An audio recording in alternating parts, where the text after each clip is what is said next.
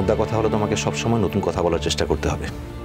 যে কথাটা পাবলিক আগে থেকে জানে সেটা নতুন করে তোমার কাছে জানার জন্য তারা নিশ্চয়ই আগ্রহী হবে না। একদম ঠিক। আসলে অর্চিতা আমার এই গাইডেন্সটাই দরকার ছিল, সেই জন্যই তো অন্য কোনো কাগজে না গিয়ে আমি আপনার কাগজে এসেছি। এত জোরাজোরি করেছি যাতে আপনার টিমে কাজ করতে পারি। জানেন তো অর্চিতা, এখন না আপনার প্রতি ভয়টা আমার একটু একটু করে কেটে গেছে। যদি সেটা আমার জন্য খুব একটা ভালো খবর নয়। কেন? আপনি চান সবাই আপনাকে ভয় পাক? আমি চাই আমার সকলের সঙ্গে প্রফেশনাল সম্পর্ক থাকুক, শুধু নো পার্সোনাল কমিউনিকেশন। বুঝলাম, কিন্তু এটা তো আপনার একটা বর্ম। বর্ম মানে? বর্ম মানে কি? বর্ম মানে হলো আপনি সবার কাছ থেকে একটা আড়াল করে রাখেন, মানে গম্ভীর হয়ে থাকেন যাতে আপনাকে কারোর সাথে কথা না বলতে হয়। আচ্ছা, আপনি কি ছোটবেলা থেকে এরকম গম্ভীর, মানে কথা বলতে পছন্দ করেন না? কারণ কথা বললেই তো আপনার যত প্রবলেম। আমার কি মনে হয় জানেন, আপনি অ্যাকচুয়ালি ইন্ট্রোভার্ট, আর সেটাকে লোকানোর জন্যই আপনি কি করেন, আপনি গম্ভীর হয়ে থাকেন যাতে এই সবটা এড়িয়ে যাওয়া যায়, তাই তো?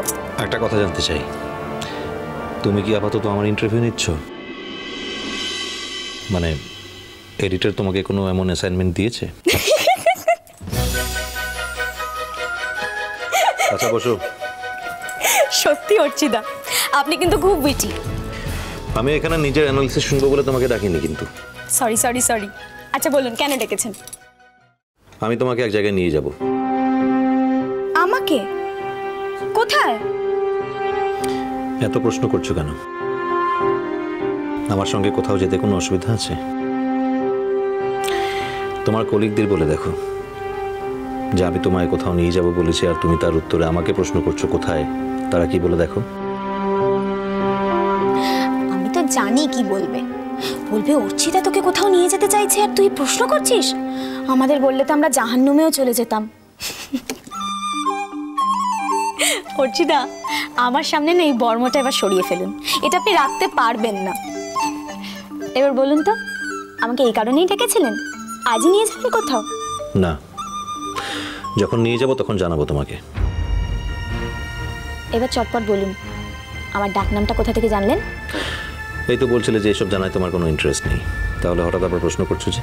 আরে আপনি বলেই তো আমি এত ইন্টারেস্ট দেখাচ্ছি, অন্য কেউ হলে আমি থোড়েই জানতে চাইতাম।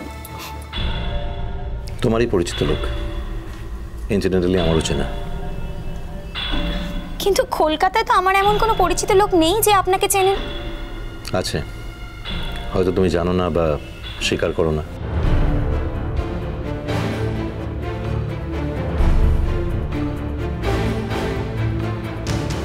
আপনি কাদের কথা বলছেন? ধ্রুবদার কথা। হ্যাঁ, ধ্রুবদার বাবা একসময় আমায় ভীষণ ভালোবাসতেন, কিন্তু এখন আর আমার কারোর সাথে যোগাযোগ নেই। আমি পড়তে কলকাতায় চলে এসেছি। অর্চিতা, আমি একটা কথা আপনাকে পরিষ্কার করে বলে দিতে চাই, আমার কোনো আত্মীয় স্বজনের সাথেই আমি কোনো যোগাযোগ রাখতে চাই না। কেন দুজন? চাই না, কোনো কারণ নেই। সেটা তো কোনো কথা হতে পারে না। সব সময় জীবনে নিজের চাওয়াটাকে গুরুত্ব দিলে চলে? ভারে, জীবনটা আমার, আমার চাওয়ার কোনো দাম থাকবে না? সেটা সব সময় কি করে সম্ভব? কারোর জীবন তো আর তার একার জীবন হয় না। এই যে ধরো তুমি তো হঠাৎ কথা নেই বার্তা নেই কোনো কারণ ছাড়া আকাশ থেকে খসে পড়োনি। প্রত্যেকের জীবনে আরো অনেকে কিন্তু জড়িয়ে থাকে। আমার জীবনেও জড়িয়ে আছে। যারা প্রথম দিন থেকে আমার জীবনে জড়িয়ে ছিল তারা আজও আছে। তারা আমার ফ্যামিলির লোকজন, আমার বন্ধু বান্ধব। ধ্রুবদা তাদের মধ্যে পড়ে না। তুমি বারবার ধ্রুবদার নামটা বলছো কেন? আমি কি তোমাকে একবারও বলেছি যে আমি তোমাকে ধ্রুবদার কাছে নিয়ে যাব? ধ্রুবদা ছাড়া তো কলকাতায় আমার কেউ চেনা লোক নেই। হয়তো চেনা নেই, কিন্তু দেখলে হয়তো চিনতে পারবে। হয়তো কেউ আত্মীয় হতে পারে। আপনি কাদের কথা বলছেন বলুন তো? বাই এনি চান্স আপনি কি আমার মামা বাড়ির কারোর কথা বলছেন? অর্চিতা, আমি আমার মামা বাড়ির কোনো লোকের সাথে সম্পর্ক রাখতে চাই না। যদি রাখতে চাইতাম তাহলে আগেই রাখতাম। তোমার নিজের মায়ের সঙ্গে একবারও দেখা করতে ইচ্ছে করে না?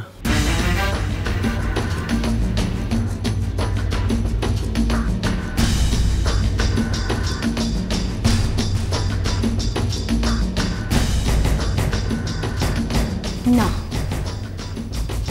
কেন?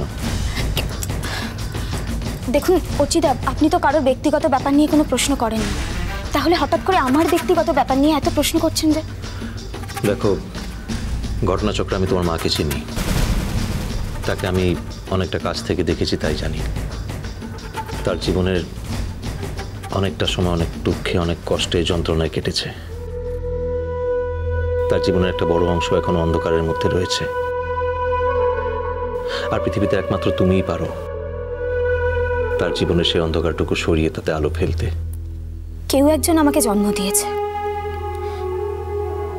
আমার জন্মটা আমার ইচ্ছে হয়নি অর্চিতা, কিন্তু শুধু আমাকে জন্ম দিয়েছেন বলেই আমি তাকে আমার মায়ের জায়গা দিতে রাজি নই। তার মানে এসব কি বলছো তুমি? অর্চিতা, আপনি আমার জীবনটা কাটাননি, তাই হয়তো আপনি আমার কথাটা বুঝতেও পারছেন না। আমি যখন খুব ছোট ছিলাম তখন আমার মা আমাকে আমার দাদু ঠাকুমার কাছে ফেলে বাপের বাড়ি চলে গিয়েছিলেন, শুধু নিজে ভালো থাকবেন বলে, একটু স্বাধীন থাকবেন বলে, নিজের মতো থাকবেন বলে। যার কাছে নিজের সন্তানের কোনো দাম নেই, আমিও তাকে দাম দিতে পারছি না। আমি আমার মাকে স্বীকার করি না।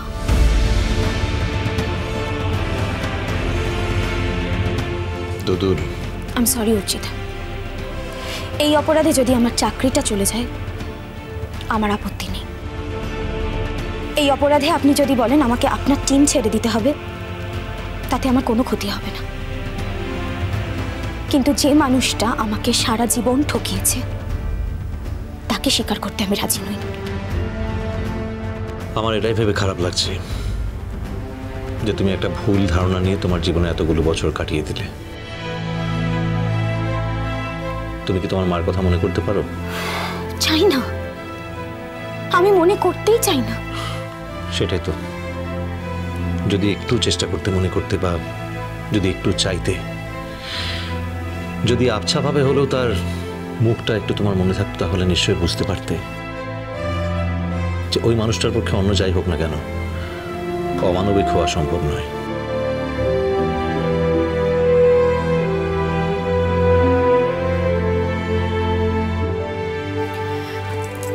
অর্চিতা, আপনার যা বলার ছিল বলা হয়ে গেছে, আমি কাজ করতে করতে চলে এসেছি। না, শুধু এটুকু বলবো বলে ডেকেছিলাম আজকে। ফাইন, তাহলে তো কথা হয়ে গেল, আমি আসি। কথা তো সবে শুরু দুদুল। না অর্চিতা, এই কথাটা এখানেই শেষ হোক, কারণ এই কথাটা নিয়ে যদি বেশি টানা হেঁচড়া হয় তাহলে আমাকে হয়তো কলকাতা ছেড়ে অন্য শহরে চলে যেতে হবে। আমি তো বুঝতে পারছি না তুমি কেন ওই নিরীহ মানুষটাকে এত ভয় পাও। ভয়? কিসের ভয়? এক্স্যাক্টলি, আমিও সেটাই জানতে চাই যে কিসের ভয়।